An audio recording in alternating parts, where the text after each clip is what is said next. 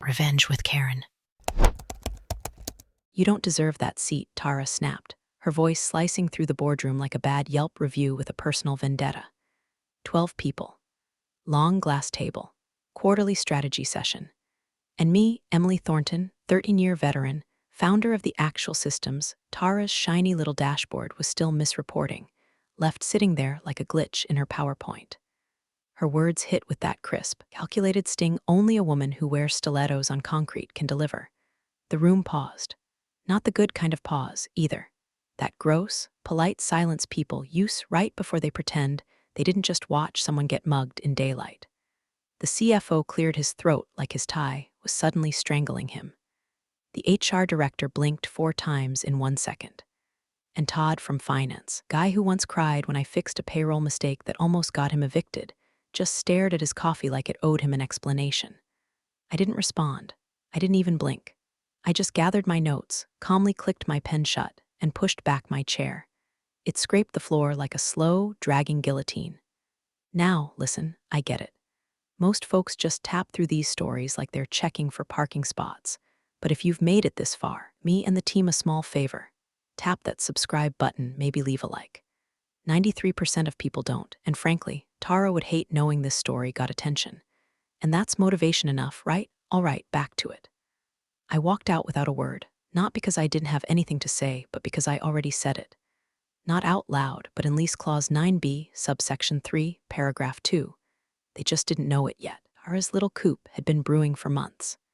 Ever since the merger brought her in from that West Coast sales circus, she treated the place like her personal talent show. She had her buzzwords, her self-congratulatory growth initiatives, and a rotating stable of yes people who nodded like dashboard bobbleheads every time she made a chart. Never mind that most of her revenue came from legacy accounts I'd onboarded a decade ago. Tara was the future. I was the stale leftovers of operational yesterday. They stopped inviting me to executive syncs, started calling me back office in strategy memos. My calendar, once packed tighter than TSA lines on Thanksgiving, was now mostly blank white space, occasionally punctuated with vague touch base invites that somehow always got rescheduled. 2 weeks ago, I was moved out of my corner office and reassigned to a room next to the loading dock. No window, no ventilation, just the ambient scent of diesel fumes and passive-aggressive toner. HR called it workspace optimization. I called it what it was, exile. And now this, Tara publicly erasing me like a typo in front of the board. I knew better than to argue. That's the trick they never teach you in MBA school. You don't win power games by barking louder. You win by owning the field. And they were all standing on mine. They just didn't know it yet. As I passed the reception desk, my phone buzzed, delivery confirmation from an overnight courier. The envelope I'd sent to the CFO had been received and signed for. No subject line. Just a single folded page, notarized, stamped, and very, very patient. I poured myself a cup of breakroom coffee so burnt it should have had a hazmat label, then returned to my windowless shoebox. On the desk, a new file folder. Tara's assistant must have dropped it off. Side, agenda notes for the next strategy retreat, a renovation proposal for the East Wing, and a copy of a lease inquiry addressed to Dockside Properties LLC. My name wasn't on it, not directly, but the ink was mine. And the next meeting, oh, I'd be there. Whether they thought I deserved a seat or not, they didn't even give me a box. Just a passive-aggressive calendar, invite labeled office transition facilities access required. No explanation. No smiley face. No warning that when I showed up to what used to be my space, corner window, decent chair, whiteboard full of workflows I'd built from scratch, the door was already open. Half-packed. New desk plates waiting on the credenza. Tara's favorite business strategist was standing inside, sizing up the lighting like she was picking out a prom dress. I didn't say anything. I just turned around and walked, past the fake ferns, past the quote wall someone thought would boost morale. Hustle beats talent when talent doesn't hustle. In Comic Sans, someone should be jailed. Past the double doors and down the side hallway, where facilities dumped forgotten printers and broken ergonomic chairs. That's where they put me. Room 3CD. A glorified janitor's closet with a flickering light and a window that wasn't a window at all. Just a poster of a blue sky taped to a cinderblock wall like some kind of psychological experiment. The desk wobbled. The outlet sparked when I plugged in my laptop. and the HVAC vent rattled like a dying kazoo every time the warehouse truck reversed into the dock. My nameplate hadn't made the move. No memo, no explanation. Just silence and stale coffee. And no one said a thing. Meetings I used to run now filled up without me. Invites disappeared like smoke. Tasks trickled down from people I used to train. The system's dashboard, my dashboard, now showed filters and KPIs I didn't recognize, maintained by someone who still called PowerPoint slides decks. Once, I tried chiming in on a group call, suggested a correction to a misreported churn rate. Tara muted me mid-sentence and said, "Let's let the new team own this, Emily. Own it." Right, like squatters own a penthouse just because the front desk stopped checking IDs. But I didn't protest, didn't call HR, didn't spiral into Slack rants or whisper conspiracies in the break room like the rest of the lifers who got iced out. Instead, I got quiet. There's a kind of power in being underestimated, like hiding in plain sight. And Tara, for all her projection-clicking, jargon-huffing confidence, had one fatal flaw: she thought the game ended when she went around. But I had a longer memory and a signed lease. Because 2 years ago, while Tara was busy blowing up her LinkedIn profile with photos from some women in fintech yacht brunch, I was fighting for my name in a courtroom. My divorce was a war. He wanted the house, the stocks, the good knives.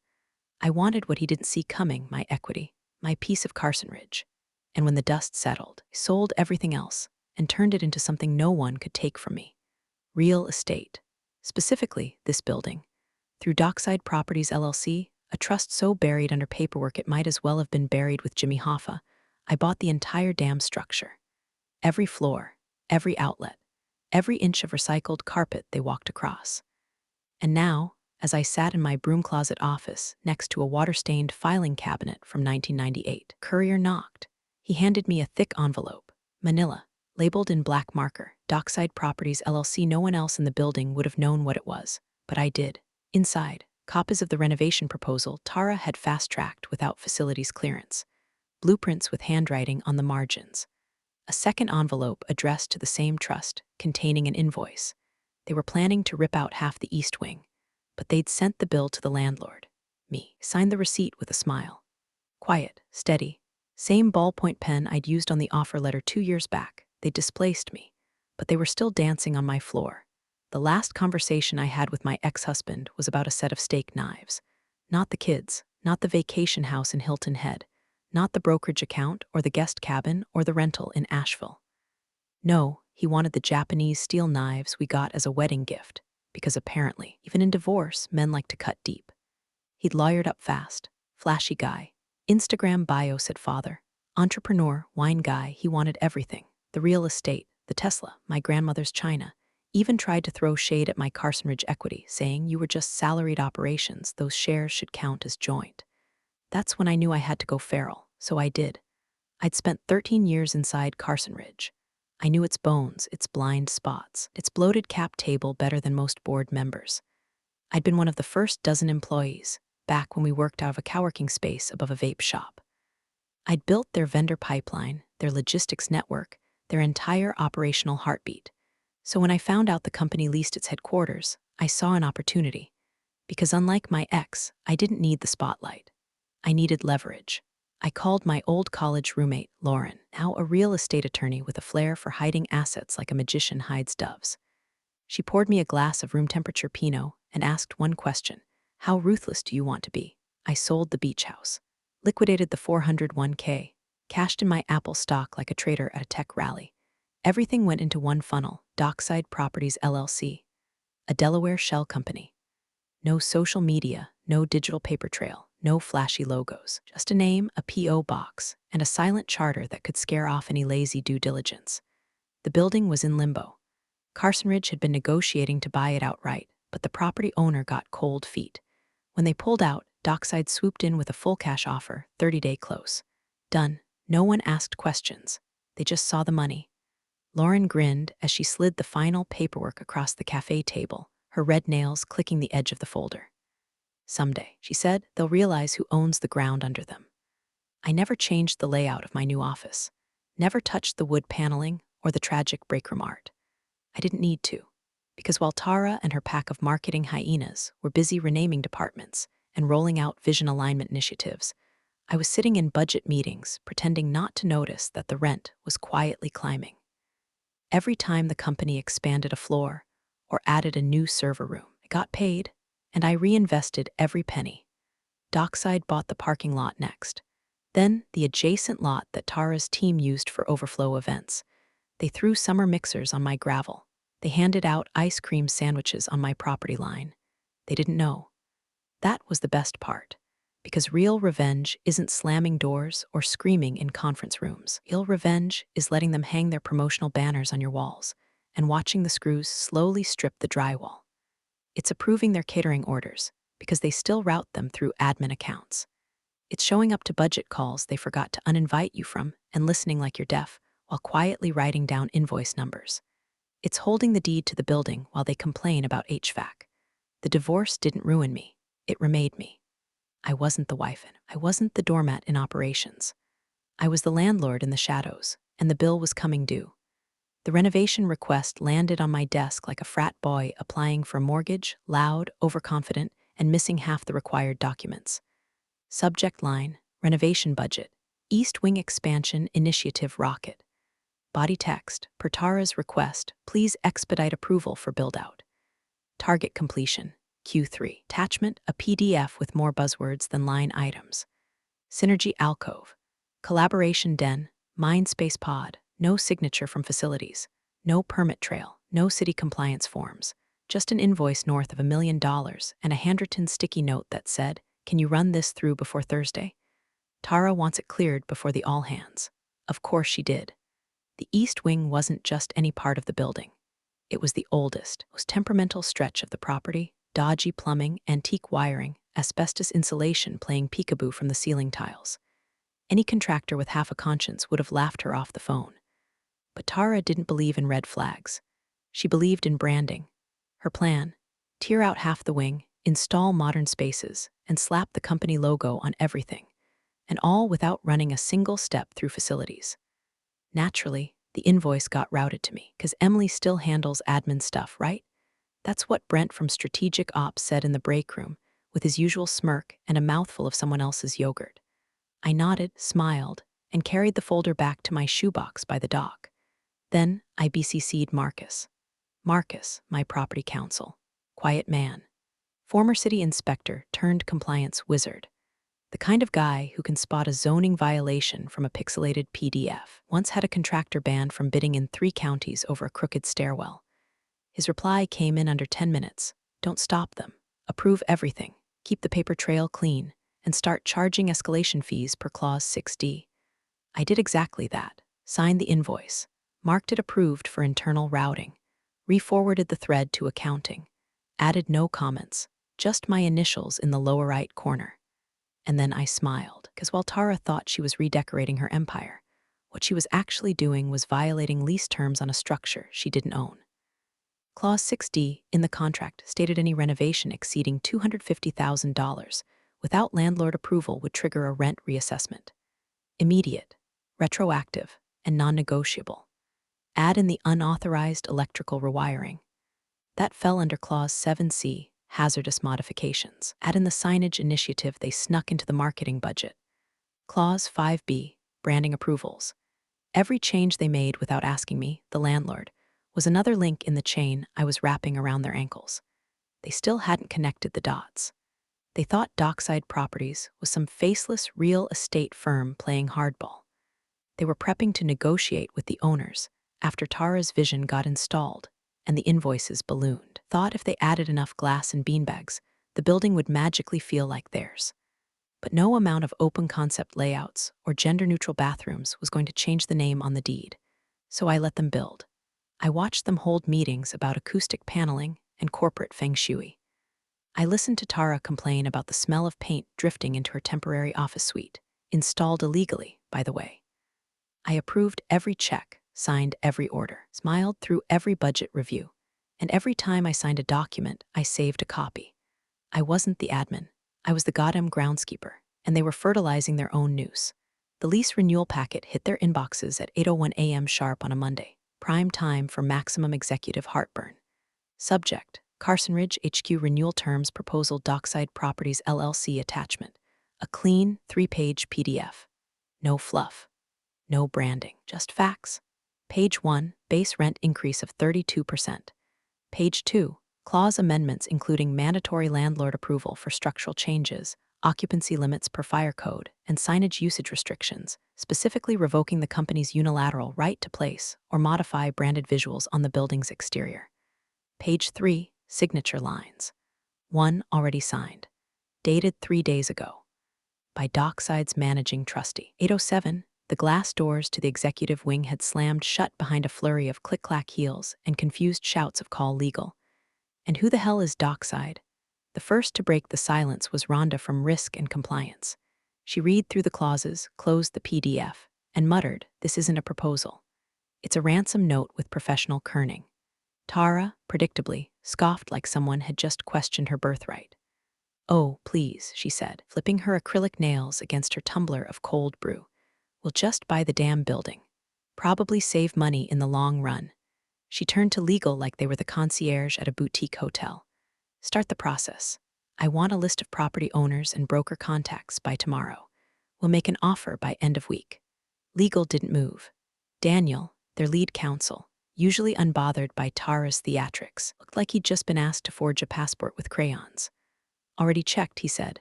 "Buildings held by a closed trust. Parent entity is Dockside Properties LLC, registered agent in Delaware. All mail goes to a forwarding service in Ohio." "So what?" Tara snapped.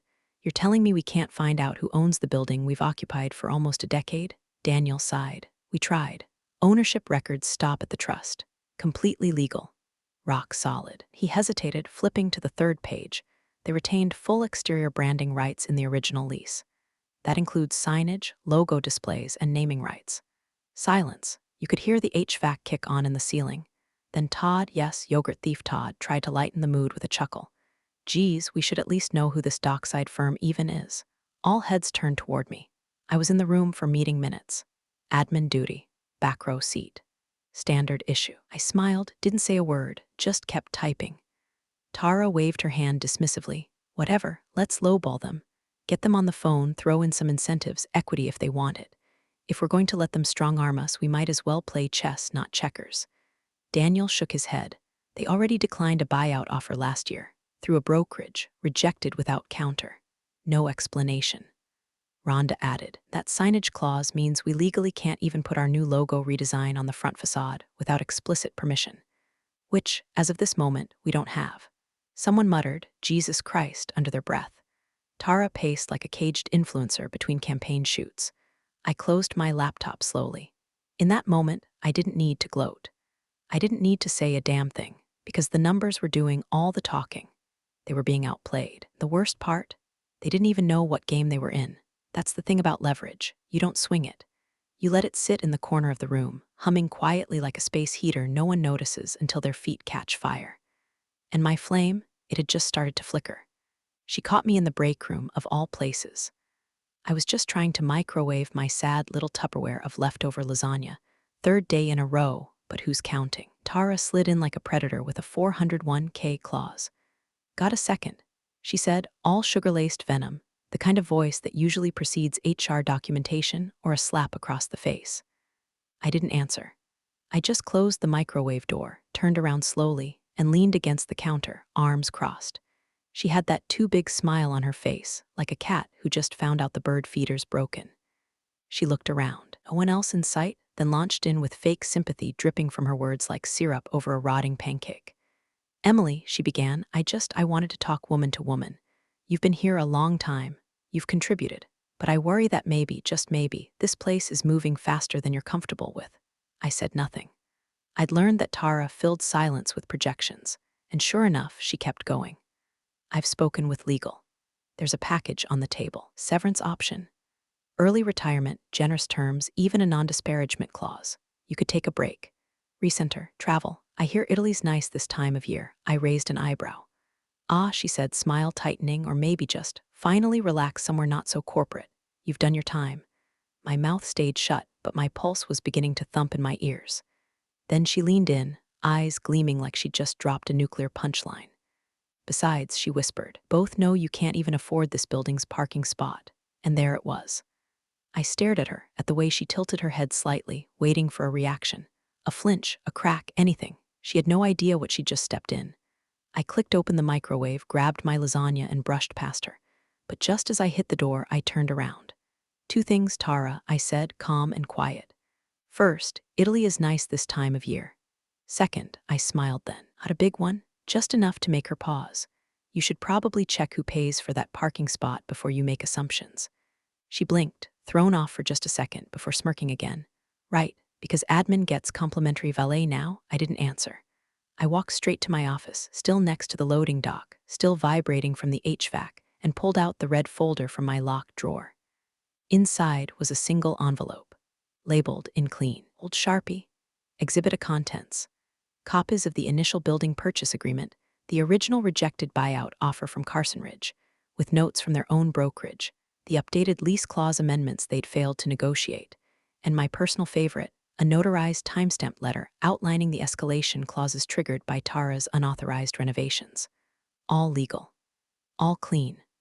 All printed on neutral letterhead from Dockside Properties, LLC. I slipped the envelope into the red folder, snapped it shut, and slid it into my satchel next to a thermos of lukewarm coffee and a banana I'd probably forget to eat. Tomorrow was the board meeting. She didn't know it yet, but Tara had just declared war with a slingshot at a tank parade, and I had the keys to the arsenal. The boardroom was dressed for battle, glossy printouts, catered muffins no one would eat, 12 faces pretending they weren't about to throttle each other before lunch. Tara stood near the screen like she was giving a TED talk on hostile takeovers, clicking through slides with the confidence of someone who thought Wi-Fi was a personality trait. Her hair was sharper than her business model, and she had that coked-up swagger that comes from being unopposed too long. Until now. I sat 3 chairs down from her, folder resting quietly on the polished oak table. No grand entrance, no dramatics. Just me in my sensible shoes, sipping burnt coffee and waiting like a loaded revolver in a glove box. The quarterly review was already dragging when Tara pivoted. "I want to quickly address a realignment in personnel," she said, all casual, like she was suggesting decaf.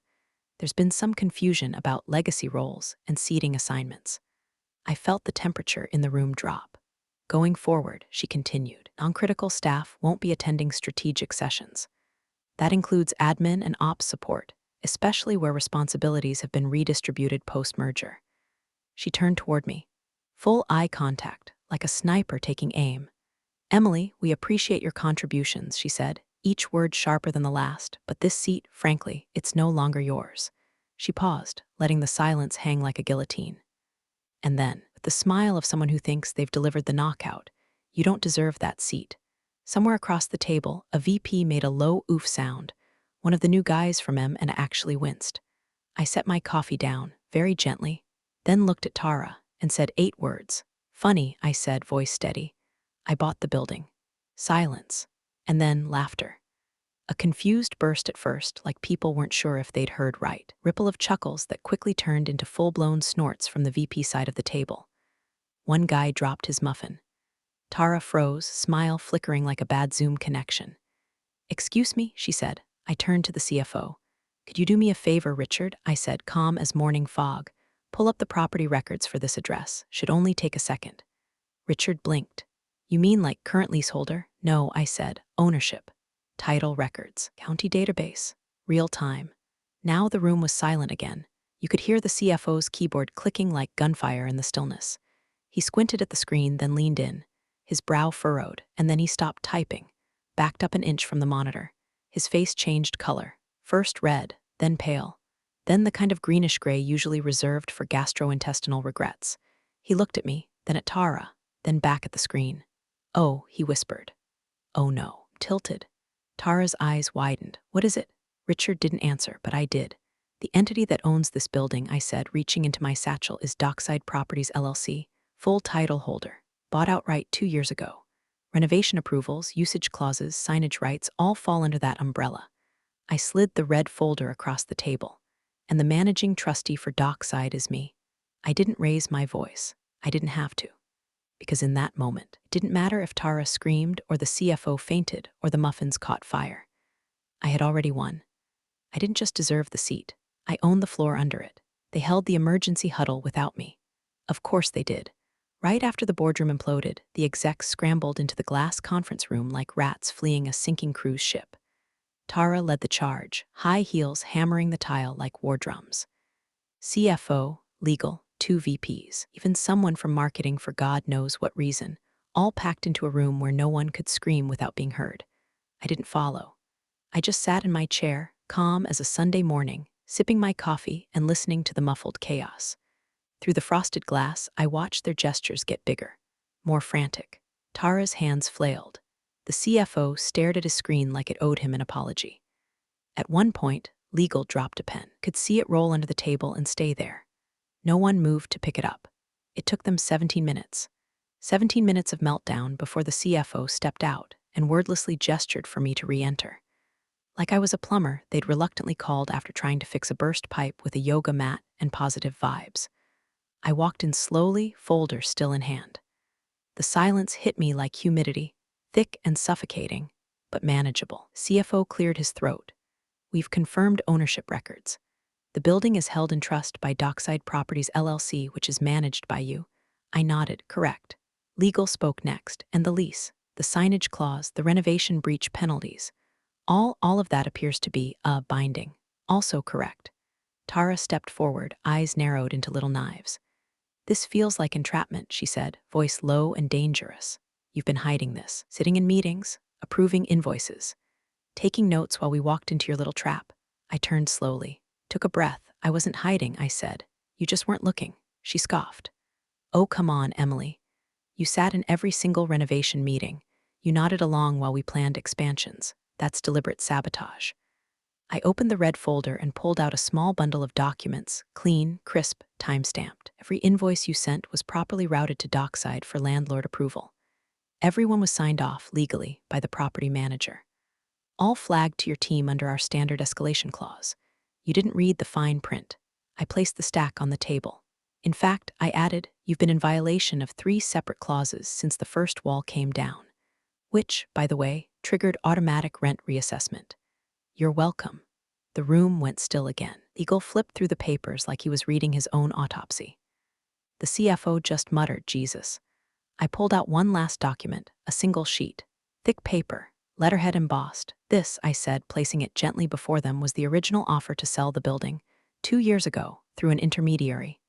Purchase price, $6.2 million. Your firm declined. I slid another sheet next to it. Here's the updated valuation post-renovation, based on current market rates and usage violations. New price, $18.7 million. Tara looked like she'd been slapped with a frozen trout. You can't be serious. I'm very serious, I said. You made this building worth more. I just happen to own it. The CFO leaned forward, voice hoarse. And if we don't buy, then you renegotiate the lease, I replied. New terms, new rent. And yes, we'll be revisiting parking access and signage, effective immediately. Legal began scribbling. Tara stood frozen, lips parted like she was buffering. I let the silence stretch. Let them feel the gravity of it, because this wasn't revenge. It was realignment, reality correcting itself. They tried to erase me, box me up next to mop buckets and loading docks. But the walls they built around me, I'd already bought them. The boardroom was quieter than I'd ever heard it. No tapping laptops, no shuffling papers. No performative throat clears from Todd in finance trying to sound important. Just the echo of a single door creaking open as the CFO re-entered with the look of a man who had just read his own obituary and found it accurate. He didn't sit, didn't ask for a vote or a second opinion. Just stood at the head of the table, adjusting his cufflinks like he could delay the inevitable with well-ironed sleeves. We need to renegotiate the lease, he said flatly. Immediately. Miss Thornton. There it was, no dance, no sugarcoating. Just truth landing in the middle of the room like a verdict. Tara didn't speak, didn't blink. Her mouth opened slightly, then closed again like maybe she'd considered arguing but couldn't find the oxygen to fake another word. The bright coral lipstick she always wore looked faded under the boardroom lights. I stood, calm, unrushed. From my satchel, I pulled a cream-colored envelope, thick paper, sealed, labeled, Revised Lease Agreement Carson Ridge HQ. I walked to the table and placed it in front of the CFO with the same grace one might offer a glass of water to a man about to choke. The new terms reflect current market conditions, I said quietly. They also include clauses for early exit, signage reapproval, and a rental cap that adjusts quarterly based on use of square footage for non-disclosed projects.